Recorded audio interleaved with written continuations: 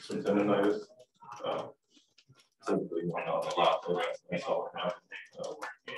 Something on the wrong leg, and I saw him rubbing it and play up a little bit. So. Do you have any sense of it potentially a longer term than this, or? No, you wouldn't think so. He's had some, tendinitis issues. He's calmed down pretty quickly, so but back and back, 3 or 4 nights.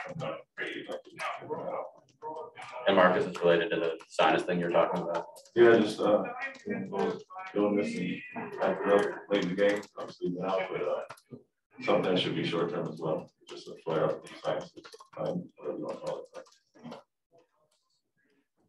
I don't know how closely you were watching, but Alex talked about how beneficial it was actually this time of year to work on his body, like that. He's kind of praised the organization for how they handled the situation. Could have gone up, another way. How do you think it benefited him to kind of help him prepare him that he wasn't done? He was going to get a new opportunity. Yeah, I mean, at any time, the older player can play half a year. It's going to be beneficial, just like physically.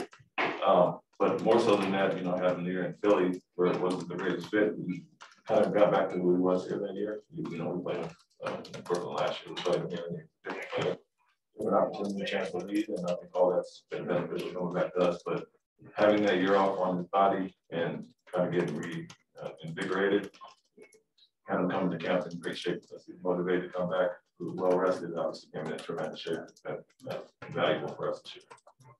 Ime, you look at the last game of the trip, got a couple guys out. It's a back-to-back. And you look at that as this is a mark of a really good team, and like championship caliber teams just find a way to win these type of games. Yeah, you'd like to think so. Like I said, there wasn't anything planned.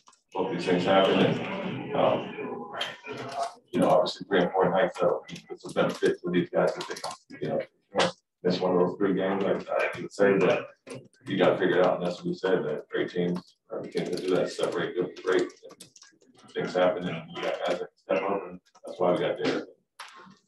You got to have the next one. These things happen last minute. You play your veteran guys that you trust in, Peyton as well, and Aaron coming back from now. You got bodies to come back and play, and Jason Jalen and Al still being out there. So feel good about it.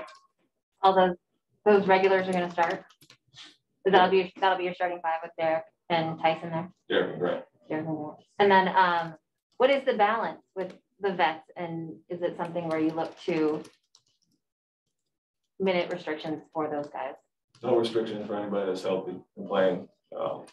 The thing we've said that we're trying to get Tyson and Derek, acclimated. We've tried to shave some minutes off those guys. So that's happened over the last week or so. And you see Peyton playing well. It shaved some of Marcus' minutes down. So something that's naturally happened. And obviously you look forward for that tonight, being the 3 and 4 nights. If you could, save some minutes from anybody, great. And so guys will get opportunities with Aaron coming back, and hopefully take care of business, and you understand what 3 and 4 nights is. So it's a benefit to have these guys, these veterans that we just acquired.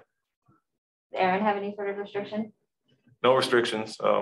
Just like he went through his progression. He was up and down, where he would be pain-free one day and then he'd be more sore the next day, and he had a really good day today. So nothing as far as minute-wise. It's a pain tolerance thing. That's what it's kind of been, him cutting certain directions, and now that he feels comfortable with that, we're good throwing him out there. This OKC team has the youngest roster in the NBA. What are you seeing from them on film? And then how do you also strategize for that? Yeah, it's a lot of guys, a different team from what we saw the first time I played them. A lot of guys out, season-ending surgery. So there are some new bodies. But anytime you got Gilgeous-Alexander out there, he's one of the top young players in the league. And so, seeing over the last few years coming here has been tough, and he's been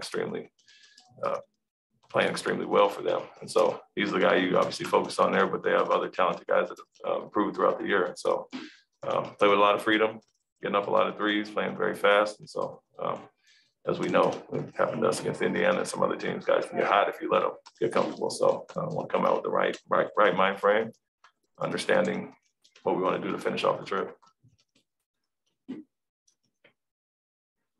Thanks, Coach. Thank you.